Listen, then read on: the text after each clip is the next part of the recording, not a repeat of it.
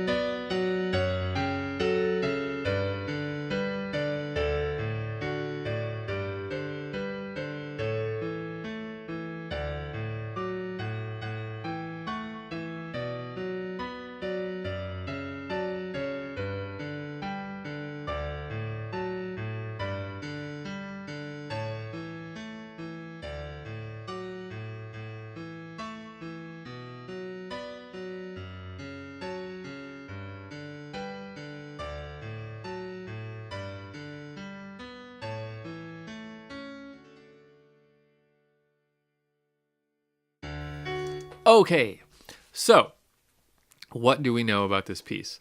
So it's called Canon in D and it's by Pachelbel. So what is a canon?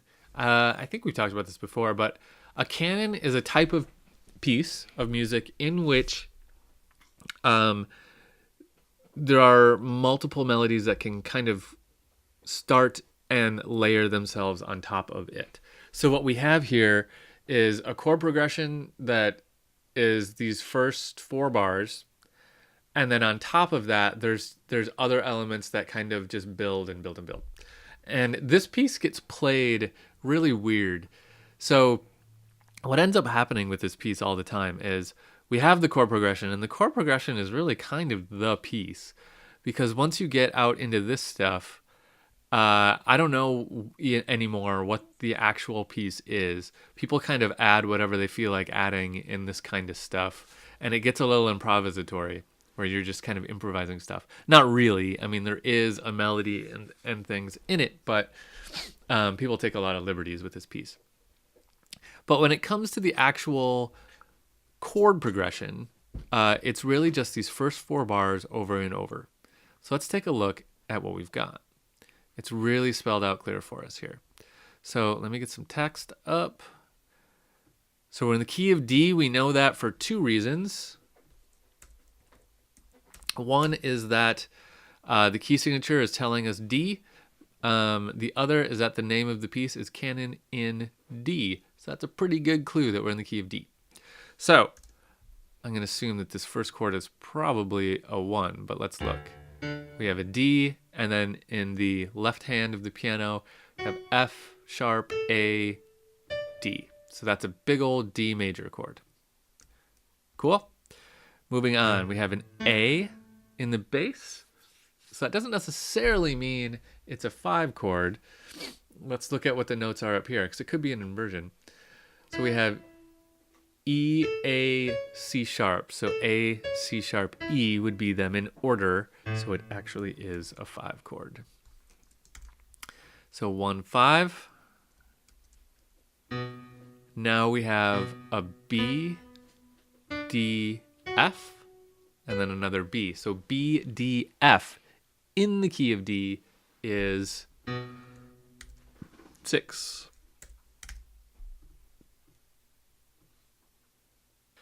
Now we have F, C, F, A. So F, A, C. So this is an F chord, which in the key of D is 3.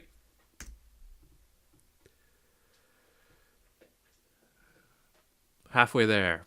Now we have a G, B, D, G. So we have a good old G chord, which in the key of D, a G is a 4 chord.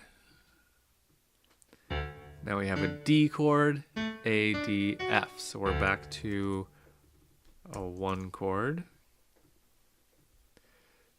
G, B, D, F. Back to a 4 chord.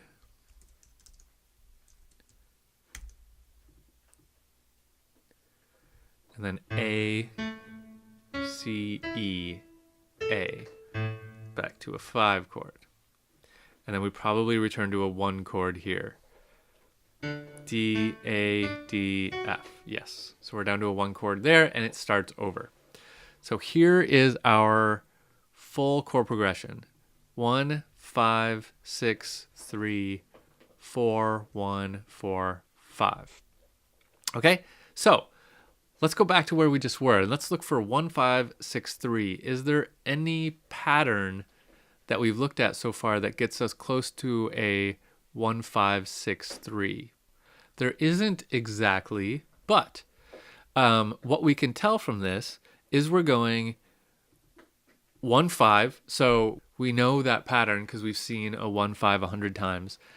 Then we have a 5 to a 6, a progression that is going up by a second, right?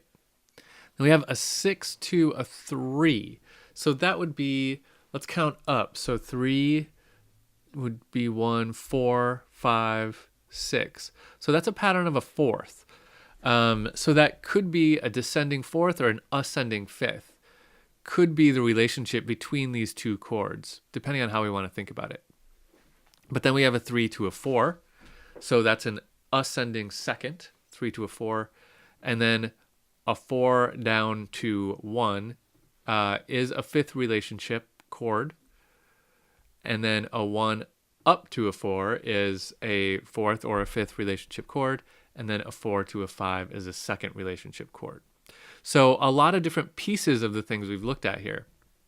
One thing that I see kind of consistently here is an alteration between 5th related chords and 2nd related chords. So here's 5th, 2nd. We could call this a 4th related or a 5th related chord, and then a 2nd, and then a 5th related, 5th related, 2nd related. So we have a bunch of 5th and 2nd related chords here. And when I say 5th, I'm thinking of up by 4th, down by 5th, depending on how you want to look at it. So that tells us something cool about this piece of music. That's kind of the sound that could define this piece of music. So if you're writing a piece of music and you think, I want to write something that sounds like Pachelbel, one of the things you might do is create a chord progression that has this alternating 5th and 4th and 2nd related chords. That's going to get you in the ballpark of creating this kind of music. This is something that I have to think about all the time when I'm working on like a film or a TV commercial or something. A lot of the times they'll give me music and they'll say, we want it to sound just like this piece of music, but we can't actually use this piece of music because that is copywritten and we don't want to pay for the copyright. So they hire people like me to write something that sounds just like it, but nothing like it at all, so that they can't get sued. And these are the kinds of things that I do. I look at the chord progression and say, well, there's fifth and second related chords all over the place, so let's do that. And that's one of the many tricks. So there we go. That's what's kind of making up Pocket Bell. And if we go all the way, over even into this stuff, we're going to find the same chord progression. Here's D, here's A, it's just going to go on, and it's going to be the same chords with just more notes above them. And even all these notes, they're going to be in those chords or they're going to be passing tones, right? So there you have it. Canon in D, Pocket Bell.